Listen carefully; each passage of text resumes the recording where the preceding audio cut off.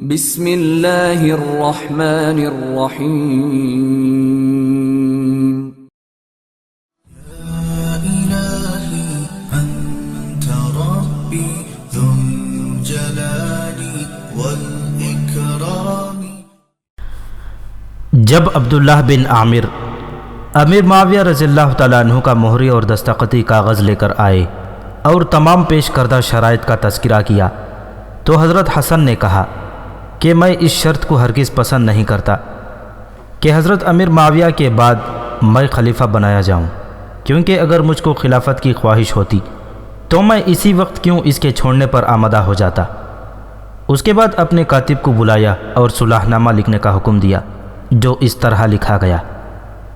یہ صلح نامہ حسن ابن علی ابن ابی طالب اور معاویہ بن ابی سفیان کے درمیان لکھا جاتا ہے۔ دونوں مندرجہ ذیل باتوں پر متفق اور رضامند ہیں۔ امر خلافت معاویہ ابن ابی سفیان کو سپرد کیا گیا۔ معاویہ کے بعد مسلمان مصلحت وقت کے مطابق جس کو چاہیں گے خلیفہ بنائیں گے۔ معاویہ رضی اللہ تعالیٰ عنہ کے ہاتھ اور زبان سے سب اہل اسلام محفوظ و مامون رہیں گے اور معاویہ سب کے ساتھ نیک سلوک کریں گے۔ حضرت علی کے متعلقین اور ان کے طرفداروں سے امیر معاویہ کوئی تغرض نہیں کریں گے۔ حسن بن علی اور حسین بن علی اور ان کے متعلقین کو امیر معاویہ کوئی ضرر نہ پہنچائیں گے، اور یہ دونوں بھائی اور ان کے متعلقین جس شہر اور جس آبادی میں جائیں گے سکونت اختیار کریں گے۔ امیر معاویہ اور ان کے عاملوں کو یہ حق نہ ہوگا کہ وہ ان کو اپنا محکوم سمجھ کر اپنے کسی ذاتی حکم کی تعمیل کے لیے مجبور کریں۔ صوبہ اہواز کا خراج حسن بن علی کو امیر معاویہ پہنچاتے رہیں گے۔ کوفہ کے بیت المال میں جس قدر روپیہ اب موجود ہے وہ سب حسن بن علی کی ملکیت سمجھا جائے گا۔ وہ اپنے اختیار سے اس پر جس طرح چاہیں گے تصرف کریں گے۔ امیر معاویہ بنی ہاشم کو انعام و عطیہ میں دوسروں پر مقدم رکھیں گے۔ اس عہد نامے پر عبداللہ بن حارث بن نوفل اور عمر بن ابی سلمہ وغیرہ کئی اکابر کے دستخط بطور گواہ اور ضامن کے ہوئے۔ جب یہ صلح نامہ مرتب ہو کر امیر معاویہ کے پاس مقام انبار میں پہنچا تو وہ بہت خوش ہوئے۔ وہاں سے محاصرہ اٹھا کر اور قیس بن سعد رضی اللہ تعالیٰ عنہ کو آزاد چھوڑ کر کوفہ کی طرف روانہ ہوئے۔ قیس بن سعد بھی اسی روز شام کو مع اپنے ہمراہیوں کے کوفہ میں پہنچ گئے۔ امیر معاویہ نے کوفہ کی جامع مسجد میں پہنچ کر حسن اور اہل کوفہ سے بیعت لی۔ قیس بن سعد نے بیعت سے انکار کیا اور مسجد میں نہ آئے۔ امیر معاویہ نے ان کے پاس بھی ایک سادہ کاغذ پر اپنی مہر اور دستخط ثبت کر کے بھیج دیا اور کہلا بھجوایا کہ جو کچھ تمہاری شرطیں ہوں اس پر لکھ لو، مجھ کو منظور ہوں گی۔ انہوں نے صرف اپنی اور اپنے ہمراہیوں کی جان کی امان چاہی، مال وغیرہ مطلق طلب نہ کیا۔ امیر معاویہ نے فوراً ان کی شرط کو منظور کر لیا اور اس کے بعد انہوں نے اور ان کے ہمراہیوں نے بھی آ کر بیعت کر لی۔ حضرت حسین رضی اللہ تعالیٰ عنہ نے بھی بیعت سے انکار کیا۔ حضرت امیر معاویہ رضی اللہ تعالیٰ عنہ کی طرف سے اصرار ہوا تو حضرت حسن نے معاویہ سے کہا کہ آپ حسین سے اصرار نہ کریں، آپ کی بیعت کرنے کے مقابلے میں ان کو اپنا فخر عزیز تر ہے۔ یہ سن کر امیر معاویہ خاموش ہو گئے، لیکن بعد میں پھر حسین نے بھی امیر معاویہ سے بیعت کر لی۔ اس سفر میں امیر معاویہ کے ہمراہ عمرو بن عاص رضی اللہ تعالیٰ عنہ بھی موجود تھے۔ انہوں نے امیر معاویہ سے کہا کہ آپ حسن سے فرمائش کیجئے کہ وہ مجمع عام کے روبرو ایک خطبہ بیان فرمائیں۔ امیر معاویہ نے اس رائے کو پسند کیا اور ان کی درخواست کے موافق حضرت حسن نے خطبہ ارشاد فرمایا: مسلمانوں، میں فتنے کو بہت مکروہ رکھتا ہوں۔ اپنے جد امجد کی امت میں فساد اور فتنے کو دور کرنے اور مسلمانوں کی جان و مال کو محفوظ رکھنے کے لیے میں نے حضرت امیر معاویہ سے صلح کی اور ان کو امیر اور خلیفہ تسلیم کیا۔ اگر امارت اور خلافت ان کا حق تھا تو ان کو پہنچ گیا، اور اگر یہ میرا حق تھا تو میں نے اس کو بخش دیا۔ اس کے بعد صلح کے تمام مدارج طے ہو گئے اور آن حضرت صلی اللہ علیہ وسلم کی وہ پیشن گوئی بھی حضرت حسن کی نسبت آپ نے ارشاد فرمائی تھی پوری ہو گئی۔ میرا بیٹا سردار ہے اور اللہ تعالیٰ اس کے ذریعے سے مسلمانوں کے دو گروہوں میں صلح کرا دے گا۔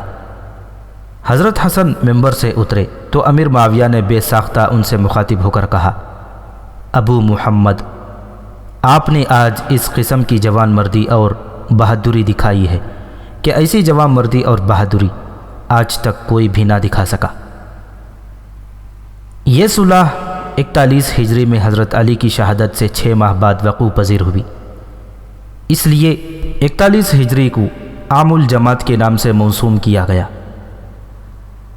صلح کی تکمیل کے بعد حضرت امیر معاویہ رضی اللہ تعالیٰ عنہ کوفہ سے دمشق کی طرف روانہ ہوئے، اور جب تک حضرت حسن زندہ رہے ان کے ساتھ امیر معاویہ نے بڑی تکریم و تعظیم کا برتاؤ کیا اور برابر ان کی خدمت میں صلح نامہ میں مقرر کردہ روپیہ بھیجتے رہے۔ امیر معاویہ رضی اللہ تعالیٰ عنہ کے کوفہ سے واپس چلے جانے کے بعد اہل کوفہ نے آپس میں یہ چرچا کرنا شروع کیا کہ صوبہ اہواز کا خراج تو ہمارا مال غنیمت ہے، ہم حسن کو ہرگز نہ لینے دیں گے۔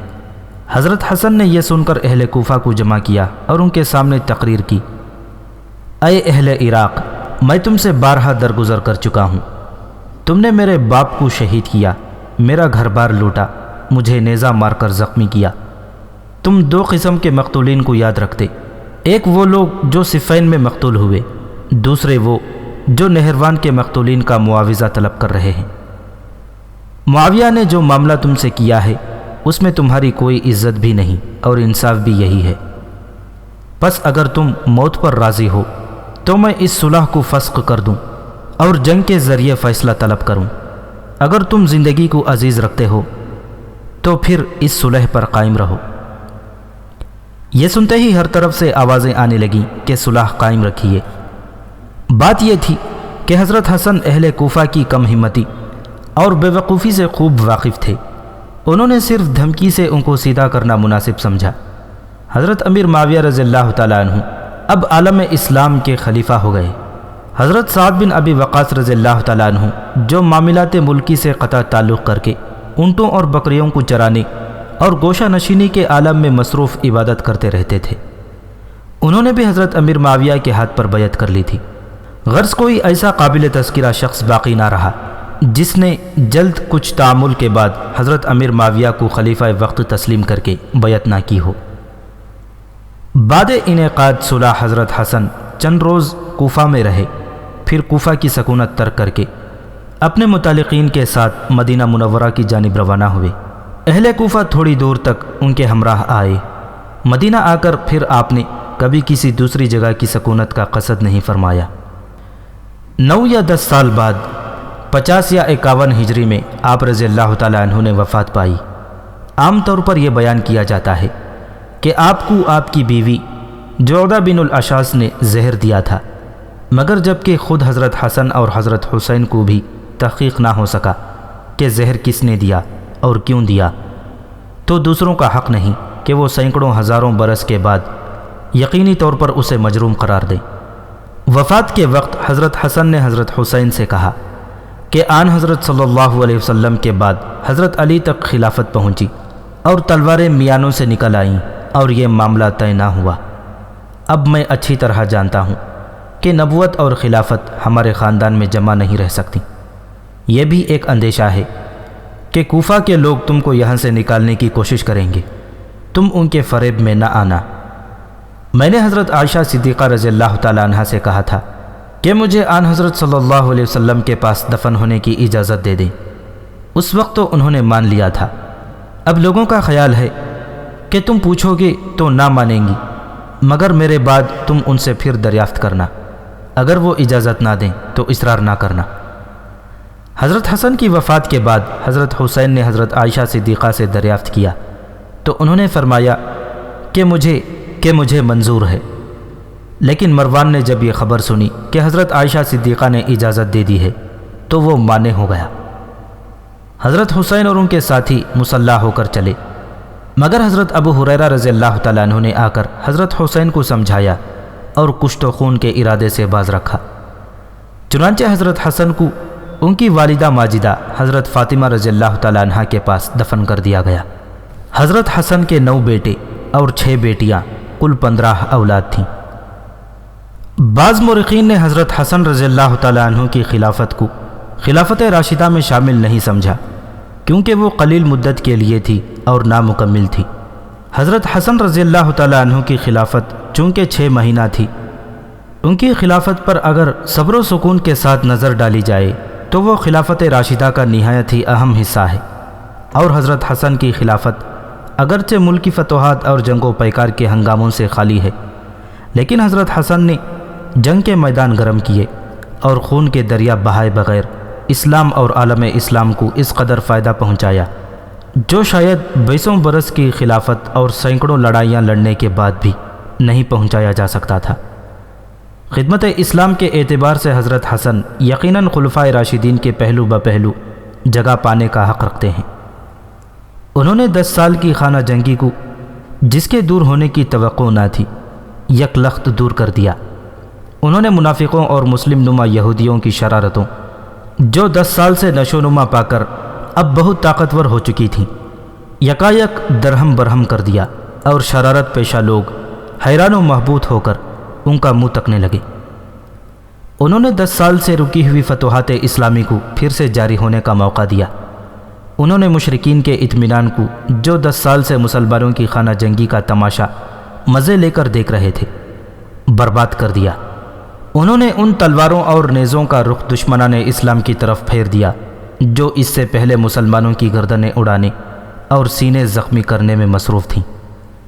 خالد بن ولید رضی اللہ تعالیٰ عنہ کے بعد خالد بن ولید سے بھی بڑی بہادری کا نمونہ دکھایا، جبکہ کوفہ میں امیر معاویہ کے ہاتھ پر بیعت کی۔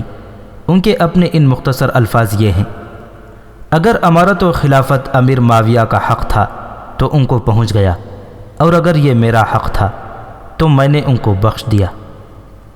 نہ صرف اسی زمانے کے مسلمانوں کو عظیم الشان درس معرفت حاصل ہوا، بلکہ قیامت تک کے لیے مسلمانوں کی رہبری کا عظیم الشان کام انجام دینے کی غرض سے بے پناہ سمندروں کی تاریکیوں میں ایک لائٹ ہاؤس قائم ہو گیا۔ حضرت حسن کے پاس 40,000 جنگجو فوج موجود تھی۔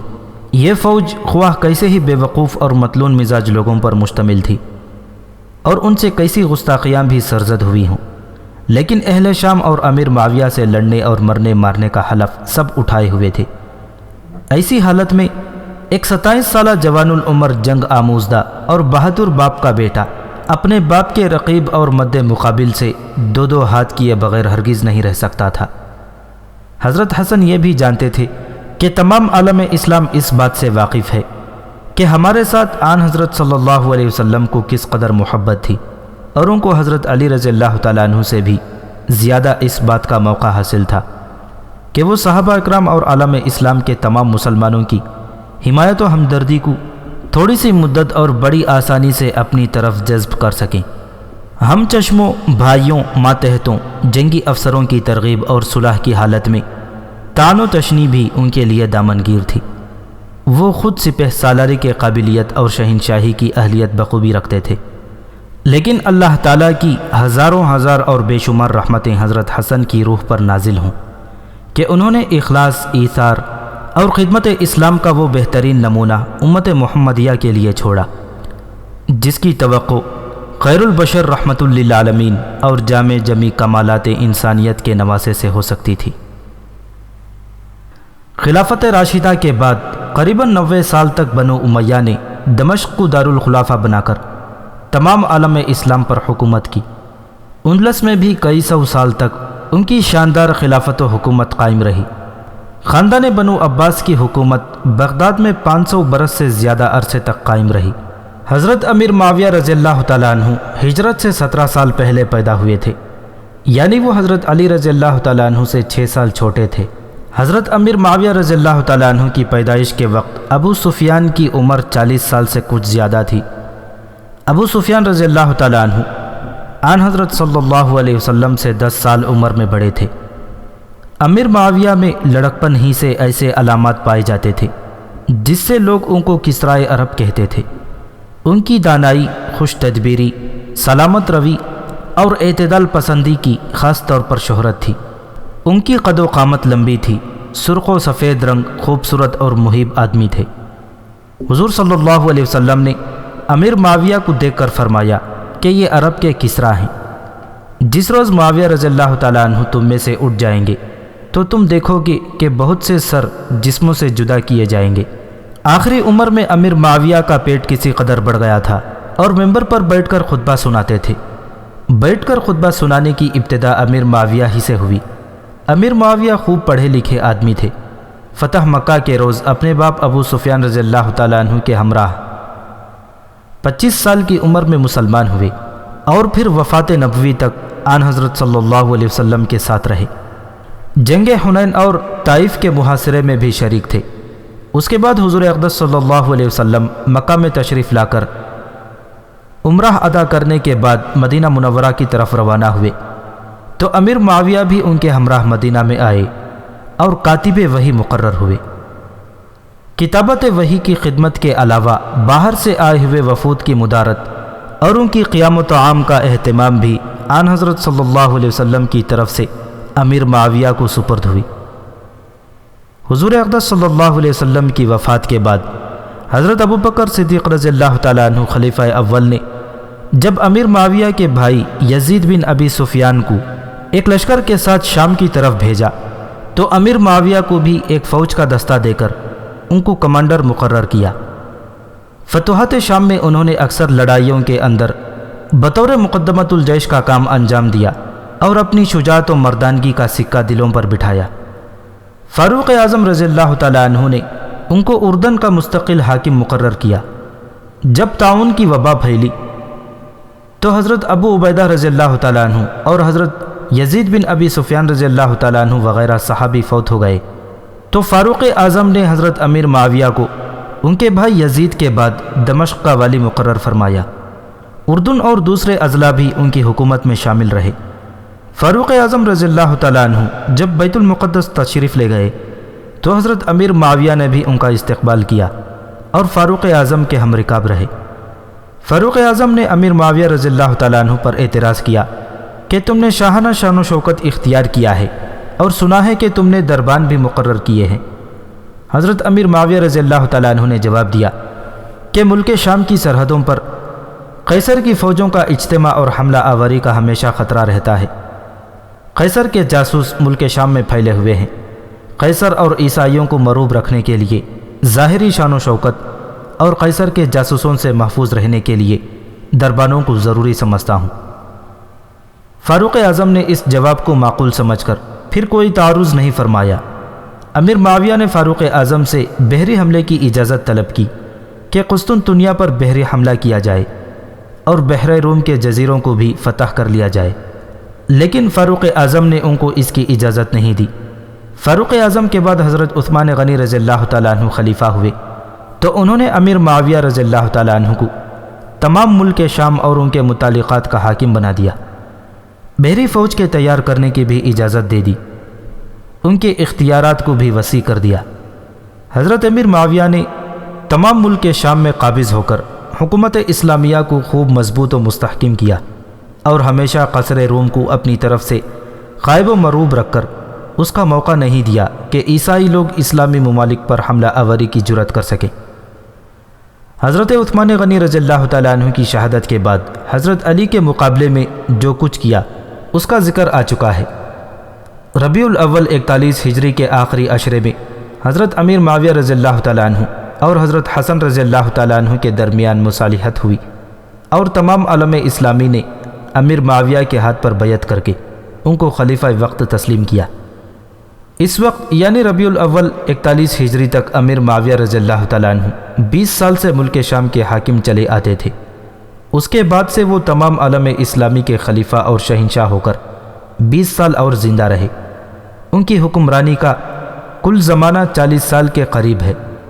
اس 40 سال کے نصف اول میں وہ ایک گورنر تھے اور نصف آخر میں خلیفہ یا شہنشاہ تھے۔ 58 ہجری میں حضرت ام المؤمنین عائشہ صدیقہ رضی اللہ تعالی عنہا فوت ہو کر جنت البقیع میں مدفون ہوئی۔ آپ مروان کی مخالفت کیا کرتی تھیں کیونکہ اس کے اعمال اچھے نہ تھے۔ مروان نے ایک روز دھوکے سے دعوت کے بہانے سے بلا کر ایک گڑھے میں جس میں ننگی تلواریں اور خنجر وغیرہ رکھ دیے تھے آپ کو گرا دیا تھا۔ آپ بہت ضعیف اور بوڑھی تھیں، زخمی ہوئیں اور انہی زخموں کے صدمے سے فوت ہو گئیں۔ 59 ہجری 59 ہجری میں حضرت ابو ہریرہ رضی اللہ تعالیٰ عنہ نے وفات پائی۔ حضرت ابو ہریرہ رضی اللہ تعالیٰ عنہ اکثر فرمایا کرتے تھے، الہی میں لڑکوں کی حکومت اور 60 ہجری سے پناہ مانگتا ہوں۔ ان کی یہ دعا قبول ہوئی اور وہ 60 ہجری سے پہلے ہی فوت ہو گئے۔ ماہ رجب 60 ہجری میں حضرت امیر معاویہ رضی اللہ تعالیٰ عنہ بیمار ہوئے۔ اس بیماری میں جب ان کو یقین ہونے لگا کہ اب آخری وقت قریب آ گیا ہے تو انہوں نے یزید کو بلوایا۔ یزید اس وقت دمشق سے باہر شکار میں یا کسی مہم پر گیا ہوا تھا۔ فوراً قاصد روانہ ہوا اور یزید کو بلا کر لایا۔ یزید حاضر ہوا تو انہوں نے اس کی طرف مخاطب ہو کر فرمایا، اے بیٹے، میری وصیت کو توجہ سے سن اور میرے سوالوں کا جواب دے۔ اب اللہ تعالیٰ کا فرمان یعنی میری موت کا وقت قریب آ چکا ہے۔ تو بتا کہ میرے بعد مسلمانوں کے ساتھ کیسا سلوک کرنا چاہتا ہے؟ یزید نے جواب دیا، میں کتاب اللہ اور سنت رسول اللہ صلی اللہ علیہ وسلم کی پیروی کروں گا۔ حضرت امیر معاویہ نے کہا، سنت صدیقی پر بھی عامل ہونا چاہیے کہ انہوں نے مرتدین سے جنگ کی اور اس حالت میں فوت ہوئے کہ امت ان سے خوش تھی۔ یزید نے کہا، نہیں، صرف کتاب اللہ اور سنت رسول کی پیروی کافی ہے۔ امیر معاویہ نے پھر کہا، اے بیٹے، سیرت عمر کی پیروی کر کہ انہوں نے شہروں کو آباد کیا اور فوج کو قوی کیا اور مال غنیمت فوج پر تقسیم کیا۔ یزید نے جواب دیا، نہیں، صرف کتاب اللہ اور سنت رسول اللہ کی پیروی کافی ہے۔ امیر معاویہ نے کہا، اے بیٹے، سیرت عثمان پر عامل ہونا کہ انہوں نے لوگوں کو زندگی میں فائدہ پہنچایا اور سخاوت کی۔ یزید نے کہا، نہیں، صرف کتاب اللہ اور سنت رسول اللہ ہی میرے لیے کافی ہے۔ امیر معاویہ نے یہ سن کر فرمایا، اے بیٹے، تیری ان باتوں سے مجھ کو یقین ہو گیا ہے کہ تم میری باتوں پر عمل درآمد نہ کرے گا، میری وصیت اور نصیحت کے خلاف ہی کرے گا۔ یزید، تو اس بات پر مغرور نہ ہو کہ میں نے تجھ کو اپنا ولی عہد بنا دیا ہے اور تمام مخلوق نے تیری فرما برداری کا اقرار کر لیا ہے۔ عبداللہ بن عمر کی طرف سے زیادہ اندیشہ نہیں ہے کیونکہ وہ دنیا سے بیزار ہیں۔ حسین ابن علی رضی اللہ تعالیٰ عنہ کو اہل عراق ضرور تیرے مقابلے کے لیے میدان میں نکالیں گے۔ اگر تو ان پر فتح پائے تو ان کو ہرگز نہ قتل کرنا اور قرابت و رشتہ داری کا پاس و لحاظ رکھنا۔ عبداللہ بن زبیر رضی اللہ تعالیٰ عنہ بھی رباہ باز شخص ہیں، اگر تو ان پر قابو پائے تو ان کو قتل کر دینا۔ مکہ اور مدینہ کے رہنے والوں پر ہمیشہ احسان کرنا، اور اہل عراق اگر ہر روز عامل کی تبدیل کرنے کی فرمائش کریں تو ہر روز عامل کو ان کی خوشی کے لیے تبدیل کرتے رہنا۔ اہل شام کو ہمیشہ اپنا مددگار سمجھنا اور ان کی دوستی پر بھروسہ کرنا۔ اس کے بعد یزید پھر شکار میں چلا گیا۔ امیر معاویہ رضی اللہ تعالیٰ عنہ کی حالت دم بدم نازک ہوتی گئی۔ آخر بروز جمعرات بتاریخ 22 رجب 60 ہجری کو اس جہان فانی سے رخصت ہوئے۔ 70 سال کی عمر پائی۔ ان کے پاس آن حضرت صلی اللہ علیہ وسلم کے بال اور ناخن مبارک تھے۔ مرتے وقت انہوں نے وصیت کی تھی کہ یہ بال اور ناخن مبارک میرے منہ اور آنکھوں میں رکھ دینا۔ ضحاک بن قیس نے جنازے کی نماز پڑھائی۔ دمشق میں باب جابیہ اور باب صغیر کے درمیان مدفون ہوئے۔ یزید بن معاویہ بن ابو سفیان 65 یا 66 ہجری میں، جبکہ حضرت امیر معاویہ تمام ملک شام کے حاکم تھے، پیدا ہوا۔ اس کی ماں کا نام میسون بنت محدل تھا، جو قبیلہ بنو کلب میں سے تھی۔ نہایت موٹا تازہ آدمی تھا اور اس کے جسم پر بال بہت تھے۔ یزید نے پیدا ہوتے ہی حکومت و امارت کے گھر میں آنکھیں کھولی تھیں۔ حضرت امیر معاویہ بہت ذی ہوش شخص تھے۔ انہوں نے یزید کی تعلیم و تربیت کی طرف خاص توجہ دی۔ 1 یا 2 مرتبہ اس کو امیر حج بھی بنا کر بھیجا گیا تھا۔ فوجی لشکر کی سرداری بھی اس کو دی تھی۔ قسطنطنیہ کے حملے اور محاصرے میں بھی وہ ایک دستے کا سالار تھا۔ اس کو شکار کا بہت شوق تھا۔ امیر معاویہ کی مرض الموت میں وہ دمشق کے اندر موجود نہ تھا۔ آدمی بھیج کر اس کو بلوایا گیا اور امیر معاویہ نے اس کو وصیت کی، لیکن اس وصیت کے بعد ہی وہ باپ کے مرض کو خطرناک نہ سمجھ کر پھر شکار میں چلا گیا۔ چنانچہ جب حضرت امیر معاویہ فوت ہوئے تو وہ دمشق میں موجود نہ تھا۔ کئی دن کے بعد واپس آیا اور ان کی قبر پر نماز جنازہ پڑھی۔ شعر و شاعری میں بھی اس کو دستگاہ کامل حاصل تھی۔ حضرت امیر معاویہ رضی اللہ تعالیٰ عنہ کی زندگی میں اس کے لیے بیعت ہو چکی تھی، لیکن اکثر لوگ اسی وجہ سے اس سے ناراض تھے۔ مدینہ منورہ کے بعض اکابر نے تو بیعت ہی سے قطعی انکار کر دیا تھا۔ حضرت امیر معاویہ کا اپنی زندگی میں یزید کے لیے بیعت لینا ایک سخت غلطی تھی۔ یہ غلطی غالباً محمد بدری کے سبب ان سے سرزد ہوئی، لیکن مغیرہ بن شعبہ رضی اللہ تعالیٰ عنہ کی غلطی ان سے بھی بڑی ہے، کیونکہ اس غلطی کا خیال اور اس پر عامل ہونے کی جرت مغیرہ بن شعبہ ہی کی تحریک کا نتیجہ تھا۔ اسی لیے حضرت حسن بصری رحمۃ اللہ علیہ نے فرمایا ہے کہ مغیرہ بن شعبہ نے مسلمانوں میں ایک ایسی رسم جاری ہونے کا موقع پیدا کر دیا جس سے مشورہ جاتا رہا اور باپ کے بعد بیٹا بادشاہ ہونے لگا۔ حضرت امیر معاویہ رضی اللہ تعالیٰ عنہ کے بعد اہل شام نے تو بلا تعامل یزید کے ہاتھ پر بیعت کر لی۔ دوسرے صوبے کے لوگوں نے بھی اموال کے ذریعے بیعت کی اور رعب سلطنت کے مقابلے میں انکار کی جرت نہ کر سکے۔ یزید نے تخت حکومت پر بیٹھتے ہی صوبوں اور ولایتوں کے عالموں کو لکھا کہ لوگوں سے میرے نام پر بیعت لو۔ اس زمانے میں مدینے کے والی ولید بن عتبہ بن ابو سفیان اور کوفے کے والی نعمان بن بشیر رضی اللہ تعالیٰ عنہ تھے۔ یہ دونوں عامل نیک طبیعت اور صلح جو انسان تھے۔ ان دونوں کے مزاج میں سختی دوسرے عالموں کے مقابلے میں بالکل نہ تھی۔ جب یزید کا حکم مدینہ میں ولید بن عتبہ کے پاس پہنچا، ولید نے اکابر مدینہ کو جمع کر کے یزید کا خط سنایا۔ حسین ابن علی رضی اللہ تعالیٰ عنہ نے امیر معاویہ کی وفات کا حال سن کر اظہار افسوس کیا اور ان کے لیے دعائے مغفرت کی، اور ولید سے کہا کہ ابھی میری بیعت کے لیے جلدی نہ کیجیے، میں سوچ کر فیصلہ کروں گا۔ مروان بن حکم جو پہلے مدینہ کا عامل اور اب ولید بن عتبہ کے ماتحتی میں بطور مشیر موجود تھا، اس نے ولید کو ترغیب دی کہ حسین سے اسی وقت بیعت لے لی جائے اور ان کو جانے نہ دیا جائے۔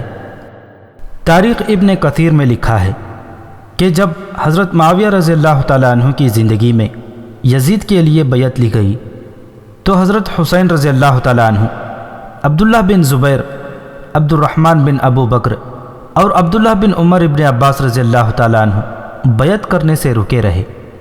عبد الرحمن بن ابی بکر کا اسی حالت میں انتقال ہو گیا۔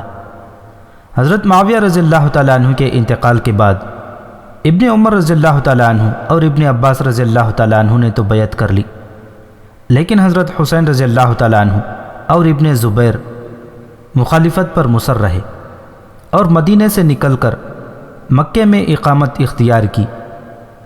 لوگوں نے جب معاویہ رضی اللہ تعالیٰ عنہ کی وفات کی اور یزید کی بیعت کی خبر سنی تو حضرت حسین رضی اللہ تعالیٰ عنہ پر امٹ پڑے، آپ کے پاس وفود کی شکل میں آتے، آپ کے ارد گرد بیٹھتے، آپ کی باتیں سنتے۔